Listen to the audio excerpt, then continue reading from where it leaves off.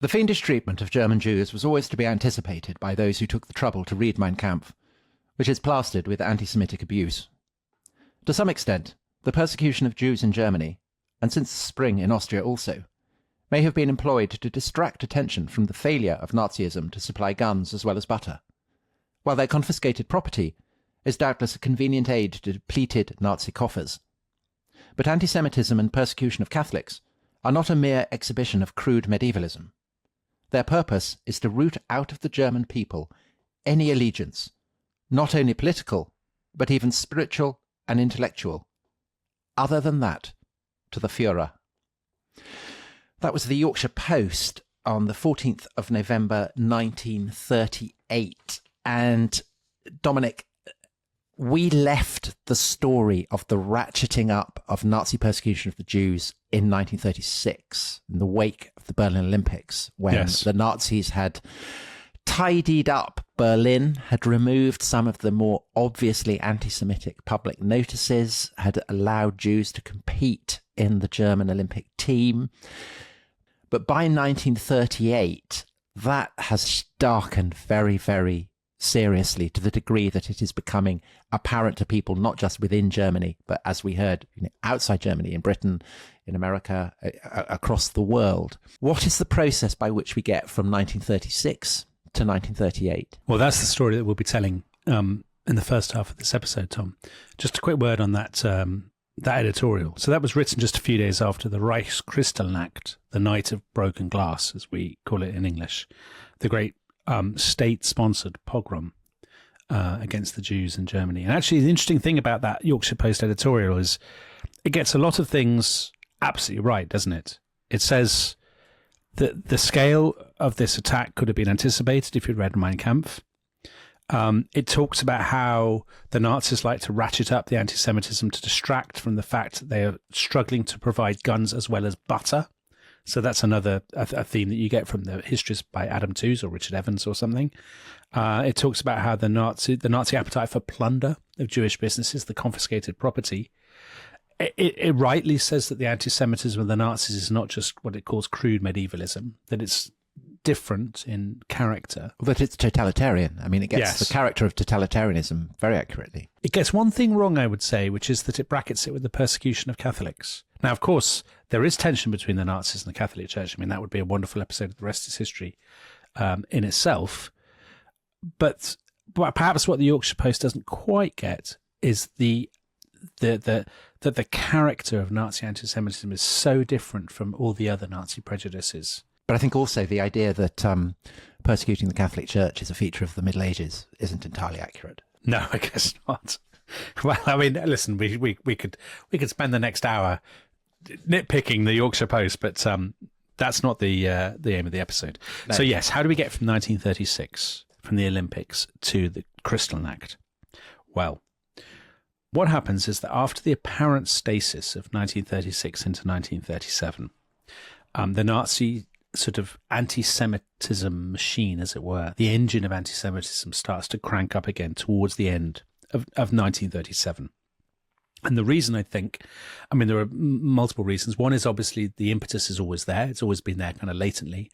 But also, the Nazi high command at this point are very conscious that war is coming. They want war to come.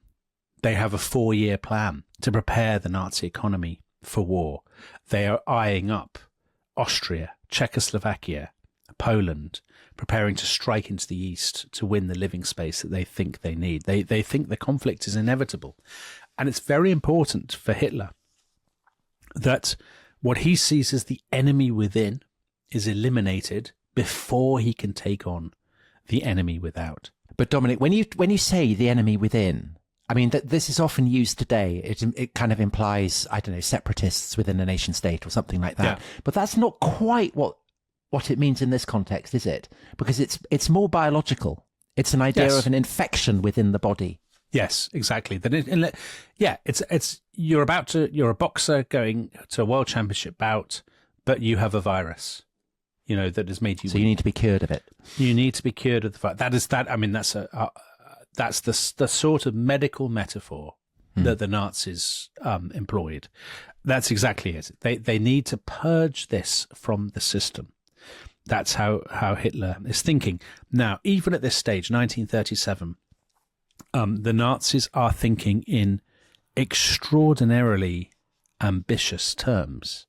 So in November 1937, Goebbels has a long conversation with Hitler, and afterwards he writes in his diary these words: "The Jews must get out of Germany, indeed out of Europe altogether.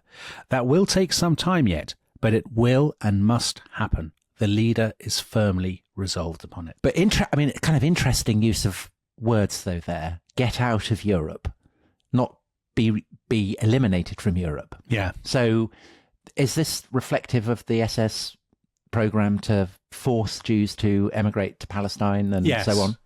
Because as you said last time, the impetus, the great engine for doing this is the SS. It's Himmler. The SS they're dreaming of this great territorial empire in which they will be the new racial elite. They increasingly regard kind of Nazi racial policy as their own private domain. Because the SS are intellectually elite, aren't they, as well as racially elite, as they themselves would. Yeah, they're more likely to be it. University educated, for example, than other Nazi groups. They are intellectuals, a lot of them. I mean, they're not just mindless thugs. These are people who are providing intellectual rationalizations for what they are going to be doing. Yeah, as you said a couple of episodes ago, Himmler, for example, is going and doing all these archaeological digs and searching for artifacts and dabbling in occult theories and stuff at the same time as he's doing all this kind of thing. And Himmler, for example, is a good example of somebody who regards this as not just a question of policy, it's a question of existential life and death. This apocalyptic struggle is coming. He tells SS leaders, November 1938, "We are facing an ideological struggle with Jewry, Freemasonry, Marxism, and the churches of the world." And he says, the Jew has to be driven out. Because the Jews are responsible for all those things. Yes, I mean, exactly. For Freemasonry, Marxism, and the churches, they are all Jewish. Exactly. And they think when war comes, those two questions are inextricably coupled. The Jews in Germany and war in Europe. That we cannot win the war in Europe unless we have dealt with the issue of the Jews in Germany. So, spring 1938, you have the Anschluss, which we did in a previous episode, the incorporation of Austria with its large, Jewish minority, particularly in Vienna, into the Reich. The number of Jews who have now been absorbed into the Reich make up for the number of Jews who've emigrated from Germany. Exactly. So as far as if you're a Nazi anti-Semite, you're back to square one, effectively. You've got now the same number of Jewish fellow citizens, though you don't think of them that way, as you started with. And so it's at this point that you have a new sort of phase in the kind of in the anti-Jewish terror. So it's at this point, in the spring of 1938, that almost all remaining Jewish doctors and lawyers lose their licenses. It's at this point that the Nazis unleash violence against synagogues and Jewish cemeteries. So the great synagogue in Munich is demolished in June 1938.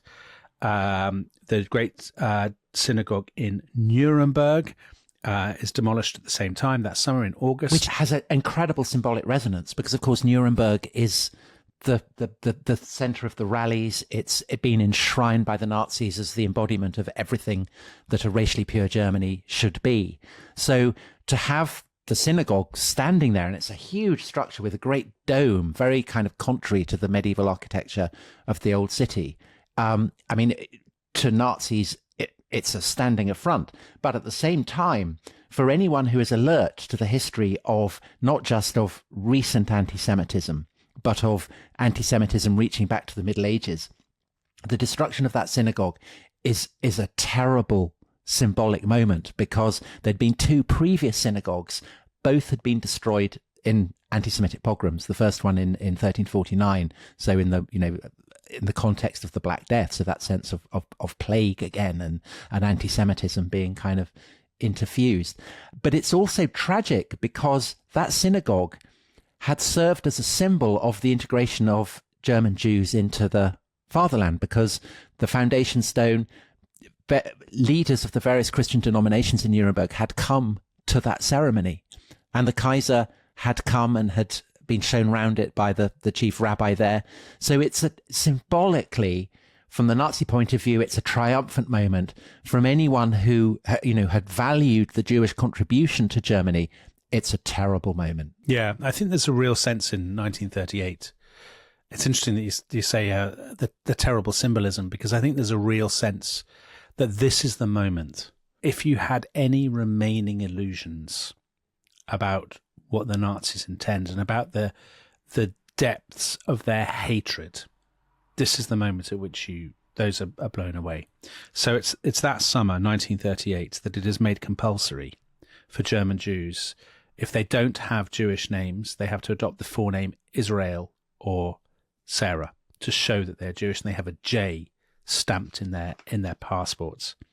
It's also at that moment that the Nazis launch their final drive to basically push Jews out of German economic life, to take over, to steal Jewish businesses. And actually, the terrible thing about this, we've talked a bit about how areas of society are complicit. So the way that they will do this is they will hit you with tax bills, they will hit you with fines, they will intimidate you, they will basically put every possible bit of pressure on you to sell up and get out. To get out, exactly. And the people who collaborate in this, the people who gain from it, are all the big names of the German economy. So anyone who follows football will know that Bayern Munich Stadium is called the Allianz Arena, the stadium in Munich. Allianz is one of the companies that benefits from this, that takes over Jewish businesses. But Allianz are not alone. I'm not singling them out of some prejudice or whatever. Krupp, Thyssen, Flick, IG Farben, the Deutsche Bank, the Dresdner Bank. These are the big names of German economic life, and they all gain from taking over their Jewish rivals, taking over Jewish property, premises, hoovering up bits of them, their markets, all of that. And presumably leading Nazis as well are benefiting. So we've talked about how Goering loves a bit of plunder. A fur coat. Yeah, exactly. Nazis are prospering, but you don't have to be a Nazi to do it. But you remember the episode that we did on Unity Mitford, where Hitler gives her a flat and she goes around Munich and she has a choice of 3 flats and she ends up in one of them and says, "Oh, I'll have this," and goes around saying, "Oh, we'll get rid of these curtains, we'll have new chairs here," while the former owners of the flat are sobbing in the hall, surrounded by the few fragments that they've been allowed. I mean, it's a terrible process. But you could see that, Tom, as a metaphor for what happens generally in the German economy. So the people who benefit from the basically the expulsion of the Jews from the mainstream of German life, they're not just Goering and other corrupt Nazi functionaries. They are doctors and lawyers, people who think, brilliant, my Jewish competitors are out of the way, I can take their customers, all good for me. University professors and academics start tailoring their research to the demands of the Nazi regime. So, for example, if you're an academic, you might turn your hand to studies showing how you can measure a Jewish skull, or a history showing how the Jews have always betrayed Germany, or whatever it might be. Well, I think of Carl Schmitt, the jurist, who even well before this had been proposing that any book by any Jewish scholar should be put into its own category. There should be a kind of Jewish section in every library where, it can be quarantined. So it's not as though this is being forced on German academics. I mean, they are enthusiastic collaborators in it. And I think by the summer of 1938, so many different branches of kind of civil society, judges, lawyers, policemen, just people who run things, or indeed, shopkeepers who've seen their rivals eliminated. All of these people are complicit now. They're in on it. And there's no going, once you are in on it, there's no going back, as it were, because you don't want to admit that you were wrong or that the process was wrong to begin with. So that ratcheting up has really had an effect on lots of different areas of society. And it's been directed from the Führer. He has set the tone, but then people on the ground have kind of responded to it. So it's not just, this is a top-down totalitarian system. That's not how the Nazi dictatorship works. No, because this is the whole point of Hitler comparing himself to Pericles, who is famous as the great democratic leader of Athens. But Pericles is the embodiment of the will to power, as the Nazis see it, and Hitler is the same. That what is happening is cast as an expression of a primordial racial impulse, and that Hitler is merely the standard bearer for this, and that the German people are being awakened to this racial heritage, and this explains what is now happening. It's a measure of the Nazi achievement that they have encouraged this. Yes. Now, the violence is always still there, and it's actually got worse in the summer of 1938. So there are attacks on Jewish homes. There are attacks on Jewish doctors' surgeries or law firms or shops or whatever. And that really reaches a peak in about June or July 1938. So there's a real, what Richard Evans describes as a pogrom-like atmosphere. There's a sense that something is brewing. Of course, the question is, all this business that they've been saying, this rhetorical stuff about removing Jews from Germany or indeed from Europe, how are they going to do that? Will intimidating people into fleeing the Reich be enough?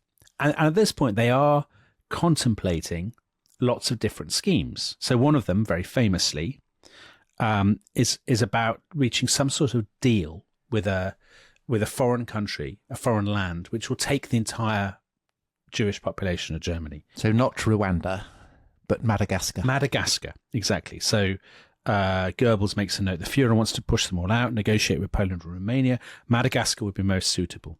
So this is an idea that runs right through the 1930s. It's incredibly sort of implausible. It's sort of fanciful idea, but that's one notion. Palestine, which we mentioned last time, is another idea. So there's a guy called Leopold von Mildenstein, who's an SS man. He goes to Palestine and he has meetings with Zionists. Yeah, so he's the guy who was Eichmann's boss, kind of leading that whole. Exactly. Yes, he was. Exactly, he was. But actually, a lot of Nazis don't quite like that idea, because they think if we establish a Jewish homeland in Palestine, well, we're just storing up trouble Potential for ourselves. Later on. I mean, one day that will be the base for an enemy empire that will want to fight us. So obviously that's not a good idea. Now, there's another idea, which is we just basically find some kind of barren wasteland. Who knows? Maybe when we've conquered the Soviet Union, we put them all in Siberia or whatever. Because that's the theme of Michael Chabon's great novel, The Yiddish Policeman's Union, isn't it? Where they all end up in Canada. It's kind of alternative history where Jews haven't gone to Palestine. They've gone to the frozen wastes of the American North. Yeah, I think absolutely. And I think that idea about the frozen waste is really important, because it reminds us this is always latently genocidal. The idea is not, let's find them a place to live where they can just crack on and, we can forget about them. It is, let us find a place to put them where they will die. And that is why one thing that we haven't mentioned, but which, of course, certainly people in Britain will know, is that it's very difficult. I mean, the reason that the Nazis are having all these arguments is because Jews cannot emigrate easily to countries like Britain, to France, to America, because there are limits put up there. But also, presumably, they don't want to let them go to prosperous and successful economies, because there the threat will be even more paramount. Yes, exactly. I mean, don't forget, they're saying again and again, they must be removed from Europe. That is, Goebbels says that. So in other words, if they all go to live in the Netherlands London, or in France or in London, that is sub-ideal from the Nazi point of view, because the terrible apocalyptic threat is still there. But there's no doubt, there is no doubt at all, people have these great arguments about where the Holocaust originated, when was the order given for the final solution, all of this sort of thing.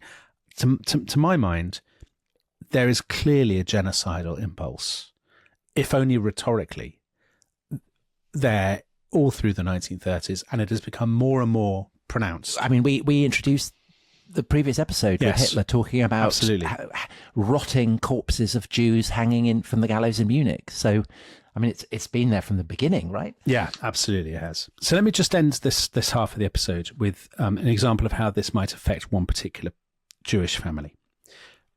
We'll pick a family called the Grynspans. So they are Jews originally from Poland. They'd come to Germany in 1911 and settled in Hanover and opened a tailor's shop, Zindel and Rivka Grynspan. They are Yiddish-speaking, what are called Ostjuden, so Jews from the East. And they have a son born in 1921 called Herschel, who's a bright boy, but very sensitive. He feels his Jewishness very keenly. He's bullied at school because he's Jewish. He wants to emigrate to Palestine. So he does want to join the Zionists, but he's told he's too young. So he's sent off to live with an uncle and aunt in Paris. So from the Nazi perspective, they're pleased he's gone, but this is a sub-ideal solution. In Paris, he lives with other sort of Polish Orthodox Jews. He doesn't really mix much. He doesn't learn French. He speaks Yiddish. And he reads at the end of 1938 that in Poland, the authorities there, responding to anti-Semitic pressure, want to strip Polish Jews living abroad of their Polish citizenship. And in response, so this is interesting, it's the Nazis responding to another Central European state. In response, the Gestapo have decided to arrest all Polish Jews in Germany and to deport them. And his parents are among those people who have been arrested and stripped of their property and put onto a train bound for Poland. So Herschel Greenspan, he hears this and he is understandably absolutely horrified. And he decides he's going to do something about it. And on the 7th of November 1938, he wakes up at his home in Paris. He goes out, he goes to a shop and buys a revolver, and then he walks to Rue de Lille, where the German embassy is based. And he goes into the embassy. And as he goes in, he actually walks past the ambassador. He doesn't realize he's walked past the ambassador. And he goes to the desk and he says, I need to see somebody senior. I've got secret intelligence. I've got really important documents. I need to see somebody. And the clerk says, well, you can go and talk to this guy. And he basically picks the single most junior person at the embassy, who's a guy in his late 20s called Ernst von Rath.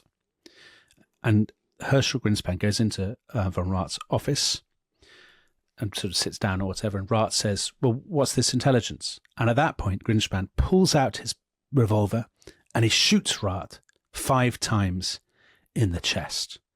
And in his pocket, Greenspan is carrying a note. And he says, I'm doing this to avenge my parents' tragedy and that of 12,000 Jews who are being kicked out of Germany. I want to make sure that the whole world hears my protest. Please forgive me. It's a note to his parents. And that, Tom, is the moment that launches the most savage and shocking of all the Nazi attacks on the Jews thus far, the Night of Broken Glass. Okay, thank you, Dominic. We will talk about the consequences of that, what happens in the second half. See you then. Bye-bye. Hello, welcome back to The Rest is History. Dominic, in the first half, we ended with the shooting of Ernst von Rath, a junior official in the German embassy in Paris, by a Polish Jew outraged by the Nazi treatment of his parents and his family. And he left his family a postcard on which he had written that he wanted the whole world to hear his protest. And of course, the whole world does hear his protest, but particularly one place where his protest is heard is in Germany. Yeah. So von Rath, the guy who he shot, the young diplomat, he died 2 days later on the afternoon of the 9th of November. And that, as ill luck would have it, it's the 15th anniversary of the beer hall putsch of 1923. But the echo here is of the Reichstag fire, isn't it? Which likewise was a wholly unexpected action by an enemy of the Nazis that played into their hands. Yeah, exactly. I think the parallels are uncanny, really. And the fact that it happens on the 15th anniversary of the beer hall putsch. So all the Nazi old guard, the old fighters as they're called, are meeting in Munich. They're gathered together and they hear the news of this assassination in Paris. And as with the Reichstag fire, exactly that. One of Hitler's enemies has handed him a chance, to seize an opportunity. And this is what happens. So on the 8th of November, the day after the shooting, the German press is full of, the anti-Semitic abuse kind of has been turned up to 11. And there are demonstrations breaking out. There are violent pogroms. The tension is really at sort of the highest possible level. Now, the news of von Rath's death comes through publicly on the evening of the next day, the 9th. And Hitler's probably heard about it in the afternoon because his own doctor had been at von Rath's. He'd sent his own doctor to von Rath's bedside. All the Nazi top brass are meeting at the town hall, the old town hall in Munich. And they have a big dinner. And at that dinner, there is a very public scene where a messenger comes in to tell Hitler and Goebbels that von Rath has died, that he's succumbed to his injuries. To the theatre of it. Yeah, they probably knew it already. They almost certainly knew it already. But they almost staged this theatrical reenactment of hearing the news so everybody can see it. And then they kind of huddle together in a very excited, histrionic manner, again, publicly for everybody to see. Looking very serious. And then Hitler sort of rushes off to his Munich apartment. So what are they talking about? Well, almost certainly what happens in that conversation is Hitler says to Goebbels, this is the chance to move definitively against the Jews of Germany. What we will do is we will launch physical attacks on Jewish families. We will round up as many Jewish men as possible. I mean, they're talking about tens of thousands of people, and throw them into prison. And this is our chance to intimidate as many Jews as we can to get out of Germany. This is the chance to purge Germany of its Jewish population. And the way they're going to spin it is they will present it to the world as a spontaneous, improvised, the protest. Expression of German anger. Exactly. But it's actually going to be directed from the top. So Goebbels is the person who really is in charge of directing it. He gives a speech an hour later at 10 o'clock in which he addresses the assembled crowd. And he says to them, it's a terrible thing that von Rath is dead. Already people across the Reich are expressing their anger and attacking Jews. Quite right too. Everybody should take inspiration from this. Let's all do it.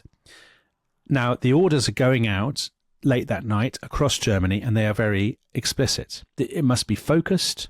It must appear to be spontaneous. It shouldn't be hooliganism and sort of massive looting and chaos and stuff, although in reality it does turn out to be very chaotic. We mustn't touch foreign Jews or foreigners because, that will inflame opinion overseas. And crucially, it must be carried out in civilian dress. In other words, it must not look like this is being done by the SS or the brown shirts. It must look like this is the German people. So Himmler that night sends a message to the SS, and he says, if you're going to do it, if you're going to join in, you must dress in civilian clothes. You must not dress in SS uniforms. Heydrich, his deputy, now of course, as you said earlier, the SS are running the police. The SS are running basically in charge of the Gestapo and so on. So they tell them, you must not intervene. You must not protect Jewish families.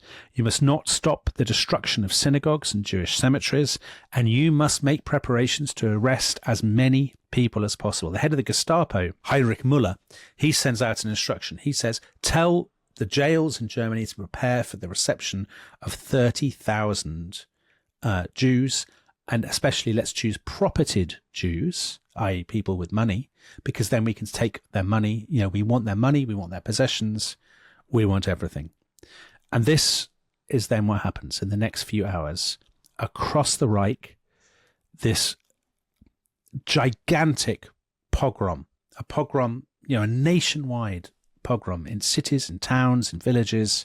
And I'll just give you a couple of examples. There's so many terrible examples. These are both from Richard Evans's book on the Third Reich and Power. He points to a town in Franconia, always very anti-Semitic Franconia, called Treuchtlingen. The local stormtrooper commander gets an instruction just after midnight, gets a phone call. Round up all your guys. He rounds them all up. They rampage through this little town. They smash all the shops. They burn down the synagogue. Local people start to gather, not to stop them, but to encourage them, to cheer them on, to help them smash windows of shops and start looting the shops. They burst into the homes of local people. There's a guy called Moritz Meyer, who later writes an account of what happens. He wakes up and he realizes there are stormtroopers in his house downstairs. His family are asleep and they're like smashing all his furniture and all his crockery and whatnot. They force his family down into the cellar. Then they force the family to smash all their own wine bottles in the cellar and all this kind of thing. And then at the end, Meyer himself, they try to get out to the railway station. He ends up being arrested. And this sort of scene is repeated in towns all across Germany. I mean, the other example I was going to pick from Richard Evans's book, it's just a tiny thing, but it's really heartbreaking. In a place called Esslingen in Baden-Württemberg, which is near Stuttgart, there was a Jewish orphanage, and people break into the orphanage with axes and sledgehammers. They destroy everything, the kids' books, all their religious stuff, anything they can find. Yeah, they burn them all, and then they say to the children, if you do not leave, we will burn you too. And so you have these poor kids straggling along the roads in the dark, walking for hours in tears, and they have to basically walk all the way to Stuttgart, which I think is about 3 hours away, before they can find anyone to shelter them or anything like that. And there is that. I mean, that's just one scene among thousands, multitudes, thousands, exactly. Yeah. As all the reports of this flood in, Goebbels and Hitler are delighted. I mean, Goebbels writes in his diary, the people's anger is raging. Nothing can be done against it. And I don't want to do anything either. It should be given free rein. As I drive back to my hotel, the windows shatter. Bravo, bravo. The synagogues are burning in all the big cities. You know, the delight, the glee. You talked before about the kind of the way that the Nazis rationalize and they intellectualize what they're doing. But there is a kind of savagery, horrible savagery, glee to that, you know, the sadistic joy and destruction which we shouldn't lose sight of. But Dominic, this whole thing has been set up as being a spontaneous expression of public will. So what is the kind of official position of the Nazi hierarchy and what's happening?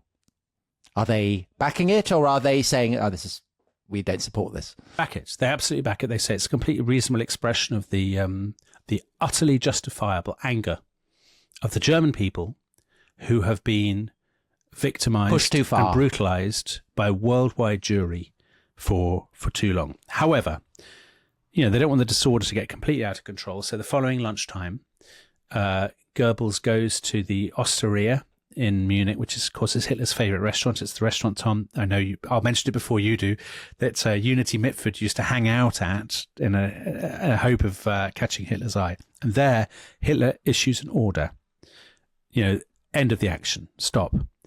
And of course, the terrible thing is that it doesn't stop. I mean, it's one of many terrible things, is it doesn't stop, that it actually continues, that now so many people have a taste for the sadism and the cruelty.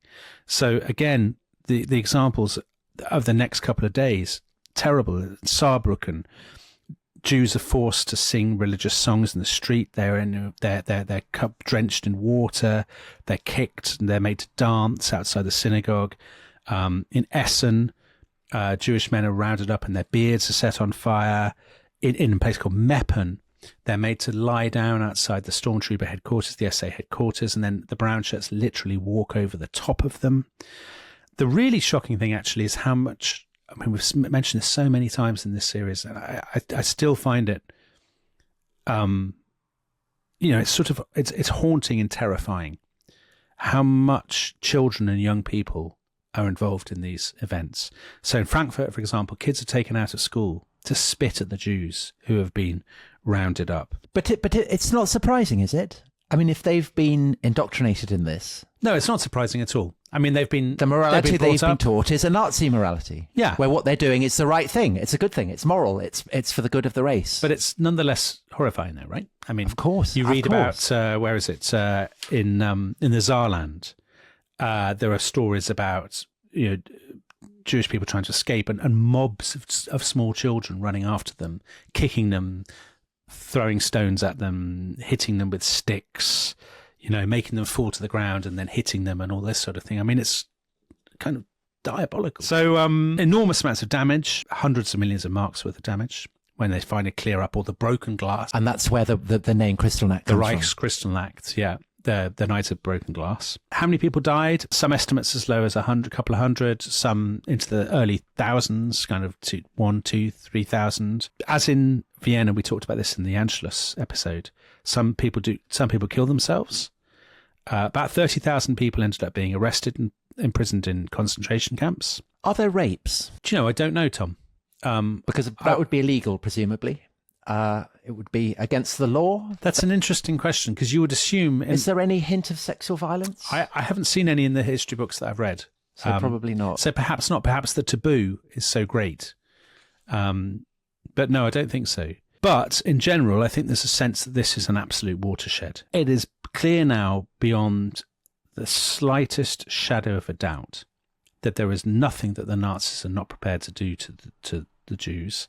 And whatever they do, nobody will try to stop them. There is still a shadow of a doubt, isn't there? Because no one at this stage, even now, is thinking that there might be industrialized extermination of Jews. But it's plausible that you might well imagine that they will organize pogrom after pogrom. I mean, it's very clear they are committed to this idea about driving the Jews out of Germany. I said there were many terrible things. Another terrible thing. On the 10th of November, the Nazis meet a day or so later to decide who's going to pay for all this. And they decide, well, the Jews will pay for it. They'll pay for it themselves.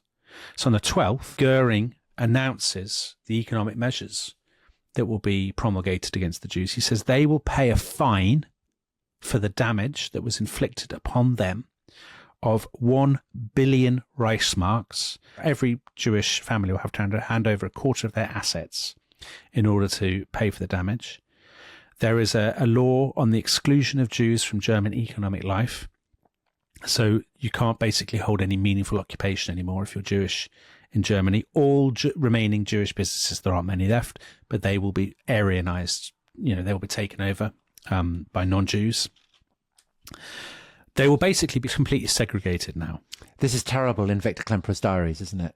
He finds himself excluded from everything. From everything. It's terrible. Can't go to the cinema, can't go to the theatre, can't go to a concert. Can't go to swimming pools. Can't go to a swimming pool. A town now has the right to ban you from certain streets, from some parts of the town. You cannot drive. You cannot go to a park. You cannot go to a sports facility. You cannot go to any swimming pool. Heydrich suggests at this point that they should wear badges, yellow badges. But that is not fully introduced actually until the Second World War. But in a sense, it's irrelevant because at this point, the Jews have been driven into kind of virtual ghetto, I suppose. A bureaucratic ghetto. Yes. Because their names are on public record. Yeah, of course. I mean, they've got the J stamps in their passport. Their name they've been renamed, Tom.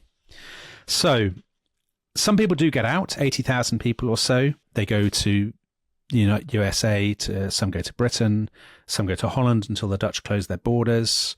Some go to Brazil or Argentina or Shanghai, actually, a disproportionately high number, given its size, go to the free port of Shanghai, which has some of the sort of laxest or most welcoming, shall we say, rules anywhere in the world about the admission of Britain doesn't. Britain really puts up the barrier. But having said that, is this when the kinder transport? Yeah, 10,000 or so Jewish children come to Britain. But yes, no European state says, oh, you can all come here. I mean, actually, most European neighbours are more anxious to try and keep out flows of refugees. So about 80,000 people have left. But from the Nazi point of view, that is not enough.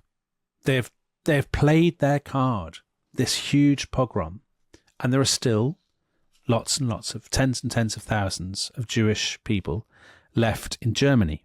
So the question now is, what will they do? And a couple of months later, the beginning of 1939, there is set up under Reinhard Heydrich a central office for Jewish immigration. This is the office that has been given the responsibility of, in inverted commas, removing the remaining Jewish population of Germany from the Reich and implicitly from Europe.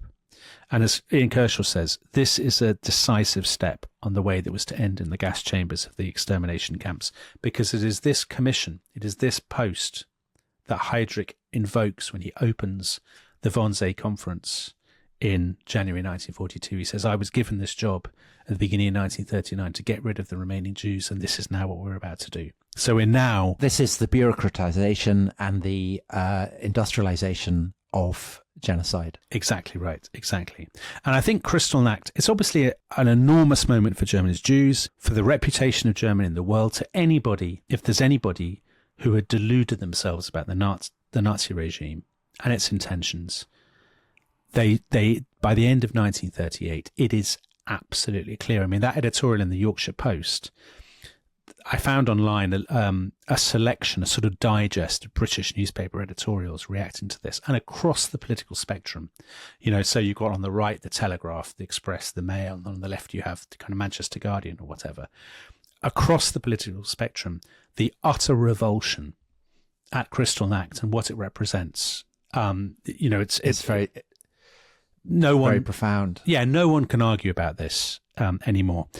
Which, in turn, Dominic, must mean that in the democracies, the hopes that appeasement will keep war at bay are starting to go into abeyance. Yeah, and I think that's right. And in Germany, therefore, when their ambassadors report this, their certainty that war is coming goes up even further. Absolutely. And the implications of that for German Jews, again, is only bad. Because the closer war comes, the more urgent the Nazi sense that they have to be eliminated. Absolutely. Because one thing we haven't mentioned, of course, is that this happens in the aftermath of Munich. So Hitler has taken the Sudetenland from Czechoslovakia. It is clear that he is not going to moderate his ambitions. The world has come very close to war now. In the autumn of 1938, and that was, people were relieved in Britain and France when that was averted by the appeasement at Munich. But I think a lot of people now think, a reckoning is coming, and Hitler himself certainly thinks that a reckoning is coming. I think what you get from Ian Kershaw's biography is a sense that in his own mind at the end of 1938, those two things that have always been interfused, which is the question of the Jewish population in Germany and his thirst for an apocalyptic showdown in Europe, that those two things now loom larger than ever before. Yes, Tom, you've got a question. But there is even a kind of darker tinge to that, which is that even as Hitler is looking forward to war, planning for war, bringing war about, he is still kind of blaming it on the Jews, isn't he? Yes. Yes. That it is the Jews who will be responsible if war breaks out, even as he is ordering his troops to prepare for invasions. Yeah, absolutely. This is he thinks that everything, in his own mind, I guess, everything that he's doing is reactive. All his preparations for war have been provoked, and partly provoked by what happened in 1918. So in January 1939, he has a meeting with the Czechoslovakian foreign minister. He says to him, if there is a war, the Jews here will be annihilated. The Jews didn't bring about the 9th of November 1918 for nothing. This day will be avenged. And there's this sort of sense, I think, as we enter 1939, that Hitler now feels that the moment of vengeance is almost upon him. Vengeance against the French and the Allies and the Poles and all of these people, but also vengeance on what he sees as the enemy within. We'll just end with this. On 30th of January 1939, it's the 6th anniversary of the moment he became Reich Chancellor. So the 6th anniversary of the kind of Nazis' new order in Germany. And he gives a speech to the Reichstag to mark it. And this speech is covered in full by the newsreels. And he makes this horrendous prediction. He says, I have very often in my lifetime been a prophet, and I was derided. He says, back in the old days, I used to prophesy that I would take over the leadership of Germany, and I would deal with the Jewish problem. And the Jews used to laugh at me, and they're not laughing anymore. And he says, I want today to be a prophet again. If international finance Jewry inside and outside Europe should succeed in plunging the nations once again into a world war, see, again, as you say, Tom, he's blaming them. The result will not be the Bolshevization of the earth and thereby the victory of Jewry. He says the result will be the annihilation of the Jewish race in Europe. And Tom, as everybody listening to this podcast will know, he had every intention of delivering on that prophecy. Well, thank you, Dominic. That brings this episode and the series to a close. Terrible story. And there is much more, of course, still to be told. The onset of war in Europe, the course of the war, the final destruction of Nazi Germany. But that is all to come. For now, we hope enjoyed the series. Maybe not the right word, but thank you for listening to it. And Dominic, I guess we'll be picking up this story again, hopefully next January. Until then, and until the next shows, which will be next week, and hopefully on a slightly jollier themes. We'll see you. Bye-bye. Bye-bye.